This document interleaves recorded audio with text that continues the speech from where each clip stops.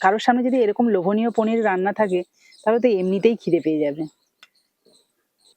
নমস্কার বন্ধুরা, সাবিত্রী কিচেনে সবাইকে স্বাগত জানিয়ে আজকে আমার রান্নাঘরে একটা চটজলদি রান্না করতে চলে এলাম, যেটা একদম সহজ পদ্ধতিতে আর কম সময়ের মধ্যে বানানো হয়ে যাবে। যখনই খিদে পাবে ঝটপট বানিয়ে নিতে পারবে। তার জন্য শুধু লাগবে একটু পনির। পনির থাকলে কিন্তু এটা সহজে বানানো যায়। আর সেই পনির সমেত আর যে সমস্ত উপকরণগুলো লাগবে সেগুলো কিন্তু আমি সমস্ত কিছু কেটে কুটে রেডি করে নিয়ে চলে এসেছি, যাতে ঝটপট রান্নাটা হয়ে যায়। আপনারা শুরু থেকে শেষ অবধি রান্নাটা দেখবেন, আশা করি ভালো লাগবে। আর ভালো যদি লাগে তাহলে প্লিজ একটা লাইক করে বন্ধুদের সাথে শেয়ার করবেন। তাহলে চলুন আজকের রেসিপিটা শুরু করি। প্রথমে আমি এখানে পনির সহ যে সমস্ত সবজিগুলো কেটে নিয়েছি সেগুলোকে একটু ম্যারিনেশন করে নেবো। তার জন্য এখানে নিয়েছি টক দই, আর মেশানোর সুবিধার্থে আমি একটা বড় পাত্রের মধ্যে টক দইটা নিয়ে নিচ্ছি। আর এখানে প্রায় 100 গ্রাম টক দই রয়েছে। দিয়ে দিচ্ছি 1 চামচ বেসন, 1 চামচ কাশ্মীরি লঙ্কার গুঁড়ো, হাফ চামচ গোলমরিচের গুঁড়ো, অল্প একটু গরম মশলার গুঁড়ো, দিয়ে দিচ্ছি অল্প একটু তন্দুরি মশলা, হাফ চামচ হলুদ গুঁড়ো, অল্প একটু কাসুরি মেথি, হাত দিয়ে ঘষে দিলে গন্ধটা সুন্দর আসে, হাফ চামচের একটু কম নুন, দিয়ে দিচ্ছি আদা রসুন বাটা, এর মধ্যে দিয়ে দিচ্ছি 2 চামচ তেল। সমস্ত কিছু একটু ভালো করে মিশিয়ে নিচ্ছি।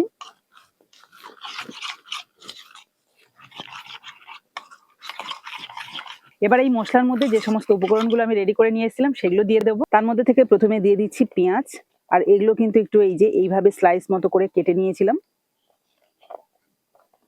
একটা পেঁয়াজের অর্ধেকের একটু বেশি নিয়েছি।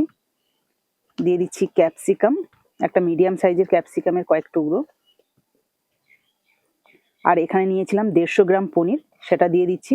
ডুমো ডুমো করে কেটে নিয়েছিলাম। দিয়ে দিচ্ছি স্লাইস করা টমেটো, তবে বীজগুলো কিন্তু আগে থেকে বের করে দিয়েছি। আর দিয়ে দিচ্ছি 2টো কাঁচা লঙ্কা কুচি।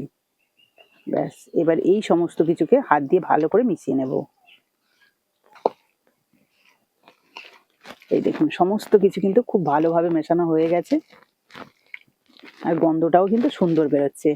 সাধারণত আমরা কিন্তু পনিরগুলো ভেজেই রান্না করি, তবে আজকের পনিরগুলো সম্পূর্ণ কিন্তু না ভেজে রান্না হবে। তবে এই যে মশলার মধ্যে পনির, ক্যাপসিকাম এবং পেঁয়াজগুলো রাখা থাকছে, এতে করে কিন্তু এই মশলাটা পনিরের মধ্যে যেমন যাবে তেমনই কিন্তু খেতে দারুণ সুস্বাদু হবে। আর এই যে মশলা মেশানো পনিরগুলোকে আমি 10 মিনিটের জন্য রেস্টে রাখবো, কিন্তু যাতে মশলাটা ভালোভাবে যায় পনিরের মধ্যে। এবার এটা যতক্ষণ রেস্টে থাকবে ততক্ষণ কিন্তু আমার যেহেতু মাটির উনুন, এটা ধরাতে একটু সময় লাগবে। তারপর একটা মশলা রেডি করবো, সেটাও একটু সময় লাগবে। তাই আমি আগে থেকেই উনুনটা ধরিয়ে নিচ্ছি। আপনারা যদি গ্যাসে রান্না করেন তাহলে একটু দেরি করে অন্যান্য কাজ সেরে নিয়ে তারপরে বানাতে পারেন। উনুনটা ভালোভাবে ধরানো হয়ে গেছে। এবার একটা কড়াই বসিয়ে দিলাম। কড়াইটাকে ভালোভাবে গরম করে নিয়ে দিয়ে দিচ্ছি কিছুটা তেল, হাফ চামচ মতো সাদা জিরে, অল্প একটু কাশ্মীরি লঙ্কার গুঁড়ো। দেখবেন গরম তেলের ওপর কাশ্মীরি লঙ্কার গুঁড়োটা দিলে খুব সুন্দর কালার আসে। তো এবার দিয়ে দিচ্ছি একটা মিডিয়াম সাইজের টমেটো পেস্ট। আমি 2 থেকে 3 মিনিট মতো এই মশলাটাকে ভালো করে কষিয়ে নেবো। দইয়ের সাথে যখন পনিরটা আমি মিশিয়ে রেখেছিলাম তাতে কিন্তু অল্প একটু নুন দিয়েছিলাম। আর এখন যে টমেটো পিউরি দিয়ে যে মশলাটা রেডি করছি এর মধ্যেও দিয়ে দেবো অল্প একটু নুন, তাহলে নুনের ব্যালেন্সটা ঠিকঠাক থাকবে। তবে খুব বেশি পরিমাণে দেওয়া যাবে না, কারণ শেষে একটু চেক করে নিলে ভালো হয়, কারণ 2বার নুন দেওয়া হচ্ছে তো। একটু কম পরিমাণে থাকলেই খুব ভালো হয়। দেখুন মশলাটাকে কিন্তু প্রায় 3 থেকে 4 মিনিট মতো কষিয়ে নিলাম, মানে টমেটো পেস্টটাই তেলের মধ্যে কষিয়েছি ভালো করে। এতে করে কিন্তু মশলা থেকে খুব ভালোভাবে তেলও ছেড়ে দিয়েছে।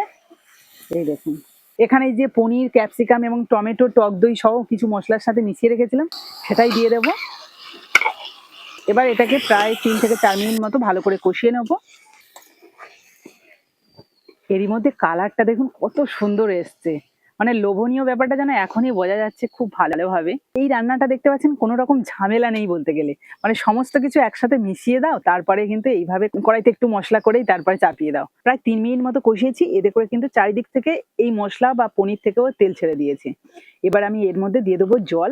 আপনাদের তার আগে আরেকটু দেখিয়ে দিই, এই দেখুন কেমন লাগছে শুধু দেখুন। যে জলটা দিচ্ছি সেটা কিন্তু এই যে গামলায় যে মশলাটা ছিল সেই মশলা ধোয়াই জলটা প্রথমে দিয়ে দিচ্ছি।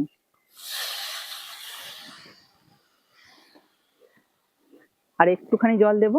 আর এটা কিন্তু একদম মাখা মাখাই হবে, খুব বেশি মাখা করলে আবার হবে না, কারণ এর মধ্যে যেহেতু বেসন দেওয়া রয়েছে তাই ঠান্ডা হলে অনেকটাই ঘন হয়ে যাবে। এই জলটাই মোটামুটি পারফেক্ট রান্নার জন্য। আর এখানে কিন্তু আমি লো টু মিডিয়াম আঁচেই 5 মিনিট মতো ফুটিয়ে নেবো, করে কিন্তু ক্যাপসিকাম, পেঁয়াজ, টমেটো গুলো ভালোভাবে সিদ্ধ হয়ে যাবে।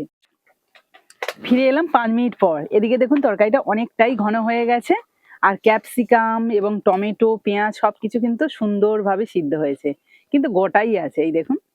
আর ফোটানোর দরকার নেই। এবার আমি কিন্তু তরকারিটা নামিয়ে একটা পাত্রে সার্ভ করে আপনাদের দেখাচ্ছি কতটা লোভনীয় হয়েছে। তবে তার আগে 2 মিনিট মতো স্ট্যান্ডিং টাইমে রেখে দেবো। তাহলে কিন্তু খুব সুন্দর হবে গ্রেভিটা। দেখুন একটুখানি রেখে দেওয়াতে কি সুন্দরভাবে তেলটাও ছেড়ে দিয়েছে ওপরে। এবার আমি একটা পাত্রে সার্ভ করে আপনাদের দেখাই।